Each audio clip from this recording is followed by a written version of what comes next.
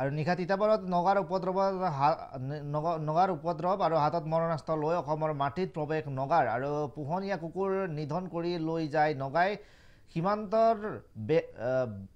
বেকাজান বাকষ্টি ঘৰিয়াত এই ঘটনা সংঘটিত হৈছে আৰু মন্টুজ কুমাৰ নামৰ এজনৰ পোহনীয়া কুকুৰ হত্যা কৰে দুৰ্বৃত্তৰ দলটোৱে দুৰ্বৃত্তৰ এই কাণ্ডক আতংকিত হৈছে স্থানীয় লোক আৰু এই ঘটনা সংঘটিত হৈছে অসম নাগালেণ্ড সীমান্তত আৰু তিতাবৰত সংঘটিত হৈছে এই ঘটনা নগাৰ উপদ্ৰৱ দেখিবলৈ পোৱা গৈছে নিশা নগাৰ উপদ্ৰৱ দেখিবলৈ পোৱা গ'ল তিতাবৰৰ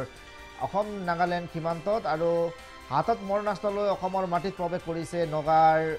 নগা আৰক্ষীয়ে আৰু পোহনীয়া কুকুৰক নিধন কৰি যায় নগাই আৰু সীমান্তৰ বেকাজান বাকষ্টি ঘৰিয়াত এই ঘটনা সংঘটিত হৈছে মন্টুজ কোঁৱৰ নামৰ এজন লোকৰ পোহনীয়া কুকুৰ হত্যা কৰিছে দুৰ্বৃত্তৰ দলটোৱে আৰু দুৰ্বৃত্তৰ এই কাণ্ডত আতংকিত হৈ পৰিছে স্থানীয় লোক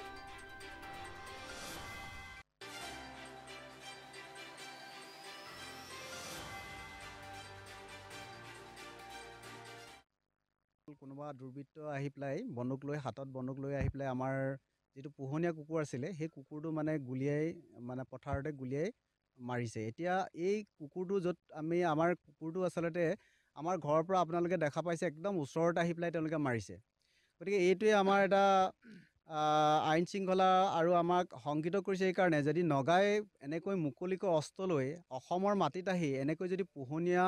কুকুৰ গৰু ছাগলী মাৰে তেনেহ'লে ভৱিষ্যতে তেওঁলোকে আমাক উপদ্ৰৱ চলাব। কাৰণ তেওঁলোকৰ নিজৰ নগাভূমিৰ পৰা আমাৰ ইয়ালৈ মাত্ৰ আধা কিলোমিটাৰ, কিন্তু তেওঁলোকে আধা কিলোমিটাৰ ভিতৰলৈ সোমাই আহি আমাৰ একদম খুদ ঘৰৰ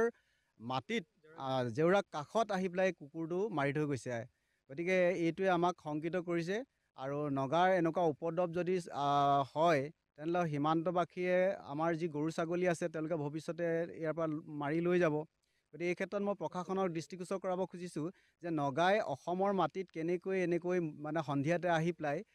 আমাৰ উপদ্ৰৱ চলাব পাৰে আৰু আমাৰ পোহনীয়া গৰু ছাগলী কুকুৰ এনেকৈ মাৰিব পাৰে। গতিকে এইটোক লৈ মই প্ৰশাসনৰ দৃষ্টিগোচৰ কৰিব খুজিছোঁ। মই গা ধুবলৈ আহোঁতে দেখিছোঁ যেন গুলি ফুটোৱা শব্দ শুনিছোঁ আৰু তেতিয়া আহি পিনে চাইছোঁহি নগাটোৱে টৰ্চ মাৰি আছিলে। টৰ্চ মাৰি পিনে তাৰপিছত চাওঁতে দেখিছোঁ ই টৰ্চটো নুমাই পিনে তাৰপিছত কেনি পলালে নাজানো আৰু নগা টৰ্চ এটাই দেখিছিলোঁ।